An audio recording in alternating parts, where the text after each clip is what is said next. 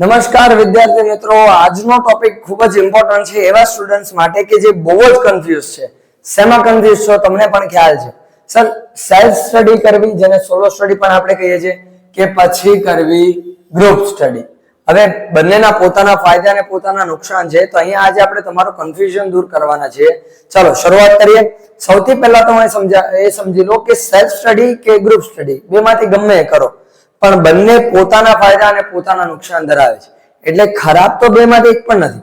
A depend on છે તમારી ઉપર, એટલે કે સ્ટુડન્ટ ઉપર, કે તમે કયા પ્રકારના વિદ્યાર્થી છો, તમને કયા પ્રકારે વાંચવું ગમે છે, તમને કયા પ્રકારે યાદ રહે છે. હવે સૌથી પહેલા સમજો કે સેલ્ફ સ્ટડીના નુકસાન શું છે. સેલ્ફ સ્ટડી છે ને એવી વસ્તુ છે કે એવા માત્ર ને માત્ર એવા વિદ્યાર્થીઓ માટે બનેલી છે કે જેને ખબર છે કે ભાઈ મને એકલા રહેવું વધારે પસંદ છે, વાંચતી વખતે બહુ શાંત વાતાવરણ જોઈએ, એકલા રહેવું પસંદ છે, બરાબર, એના માટે બનેલું છે. એનો સૌથી મેઇન નુકસાન એ છે કે સેલ્ફ સ્ટડીમાં છે ને તમને સૌથી પહેલા તો ડાઉટ્સ તમારા ક્લિયર જલ્દી નહીં થાય, કારણ કે તમે એકલા જ રીડ કરો છો, બરાબર, અને તમારા મનમાં કોઈ એવો ડાઉટ આવ્યો કે તમારા ટોપિકને લઈને કોઈ ડાઉટ્સ છે, તો એ ડાઉટ સોલ્વ કરવામાં તમારે ઘણીવાર મહેનત વધારે કરવી પડે. ઇઝીલી તમને એનું સોલ્યુશન મળશે નહીં. બીજું નુકસાન કે સેલ્ફ સ્ટડીની અંદર તમે માત્ર ને માત્ર એક તમારા એટમોસ્ફિયર પૂરતા જ લિમિટેડ છો. થોડોક પણ અવાજ થશે, થોડોક પણ ડિસ્ટ્રેક્શન હશે એટલે લિંક તૂટી જશે, બરાબર. એટલે એમાં હાઈ કોન્સન્ટ્રેશન પાવર જોઈએ. તમે બહુ જ સારી રીતે કોન્સન્ટ્રેટ કરી શકતા હો તો તમારા કામની વસ્તુ છે. ત્રીજું નુકસાન એ છે કે સેલ્ફ સ્ટડીની અંદર તમારે ડિસ્ટ્રેક્શન વધારે હોવાના કારણસર કે પછી તમે માની લો કે તમારે કોઈ ટોપિક ઉપર તમે અટવાયા છો, તો એને રિલેટેડ જ્યારે તમે મહેનત કરો છો, જાણવા માંગો છો, સોલ્યુશન મેળવવા માંગો છો તમારા ડાઉટના, તો એમાં ઘણીવાર ટાઈમ નોર્મલી જેટલો લાગવો છે એની કરતા વધારે લાગે. અને ચોથું કે જો તમે એકવાર વિચારમાં ચડી ગયા, બરાબર, તમારું ધ્યાન તમારા સ્ટડી પરથી સેલ્ફ સ્ટડીમાં હટી ગયું, તો પાછું ત્યાં લાવવું બહુ અઘરું થઈ જતું હોય છે. જ્યારે બીજી બાજુ ગ્રુપ સ્ટડીની આપણે વાત કરીએ તો એના પણ અમુક નુકસાન છે. શું નુકસાન છે સમજો. ગ્રુપ સ્ટડીની અંદર ડિસ્ટ્રેક્શન હદ બાર હોય છે, સેલ્ફ સ્ટડી કરતા પણ વધારે, બરાબર. બીજી વસ્તુ કે ગ્રુપ સ્ટડી નામમાં જ ગ્રુપ આવી જાય, મતલબ એકલા હશે જ નહીં, પોસિબલ જ નથી એકલા.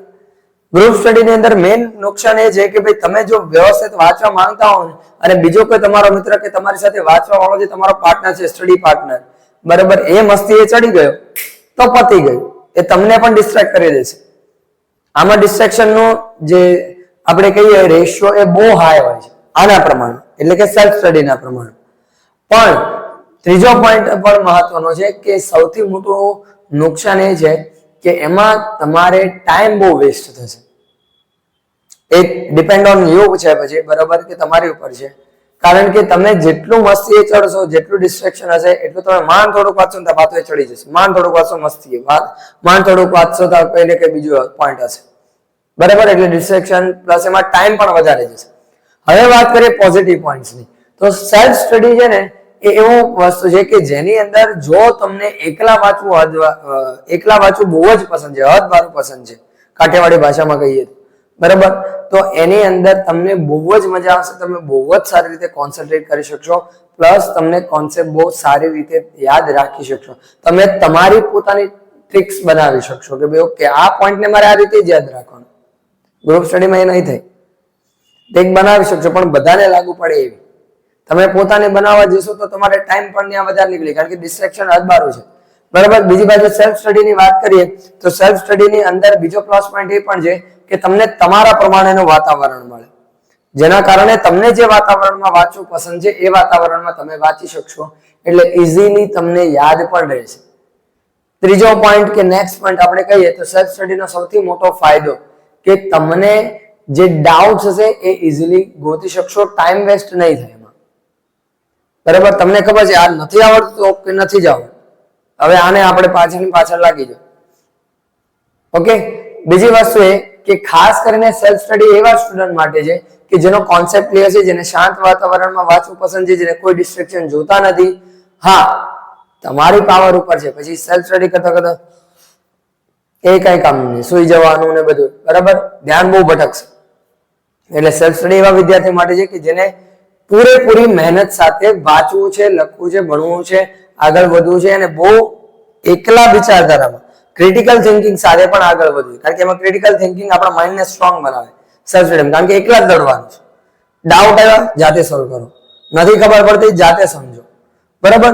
જ્યારે ગ્રુપ સ્ટડીના ફાયદા એ છે કે ગ્રુપ સ્ટડીમાં ડિસ્કશન વધારે થાય. ટોપિક કોઈ પણ ટોપિક તમને નથી આવડતો, તમને નથી ખબર, ડાઉટ છે, ઓકે પૂછી લો, સામેવાળાને ખબર હશે કહી દેશે, નહીં ખબર હોય ડિસ્કશન થશે, સોલ્યુશન જલ્દી આવશે. પ્લસ એવું સોલ્યુશન આવશે કે જે તમને યાદ વધારે રહેશે. બીજો ફાયદો એ કે ગ્રુપ સ્ટડીની અંદર તમે કોમ્પિટિટિવલી પણ સ્ટડી કરી શકો. મતલબ કોમ્પિટિટિવલી કઈ રીતે કે ભાઈ ચાલો આ એક સવાલ આપણે બધાએ કરવાનો છે, જોઈએ કોનો પહેલા થશે. કોકને 5 મિનિટમાં થઈ જશે, કોકને 15 મિનિટ થશે, કોકને 10 મિનિટ થશે, કોકને 7 મિનિટ. તો એમાં કોમ્પિટિટિવ માહોલના કારણે તમારી રીડિંગ ફાસ્ટ પણ બની શકે. એ ડિપેન્ડ ઓન યુ કે ભાઈ તમે કઈ રીતે એને ટ્રીટ કરો છો, કઈ રીતે એમાં જોડાઓ છો. બીજો ગ્રુપ સ્ટડીનો મેઇન ફાયદો એ છે કે એની અંદર ડિસ્કશન વધારે થવાના કારણે તમારો કોન્સેપ્ટ બહુ ઇઝીલી ક્લિયર થઈ જશે અને એના રિલેટેડ જેટલા પણ ડાઉટ છે તમે ઇઝીલી સોલ્વ કરી શકશો. અને આ ખાસ કરીને એવા વિદ્યાર્થીઓ માટે છે કે જેને ડિસ્કશન સાથે ભણવું વધારે પસંદ છે, બરાબર. એ ટોપિક ઉપર ડિસ્કશન થશે એમ એને વધારે ખબર પડશે, એના માટે ગ્રુપ ડિસ્કશન છે. ઓકે, ગ્રુપ સ્ટડી છે. હવે આ વિડીયોમાં આટલું જ. અને આ રીતે સેલ્ફ સ્ટડી પણ ખરાબ નથી, ગ્રુપ સ્ટડી પણ ખરાબ નથી, પણ એ કોના માટે બનેલું છે એ તમને ખબર પડી ગઈ હશે એ આશા સાથે આજના વિડીયોમાં એટલું જ. હવે મળીશું નેક્સ્ટ વિડીયોમાં. Enough four today and have a really great day. Thank you very much.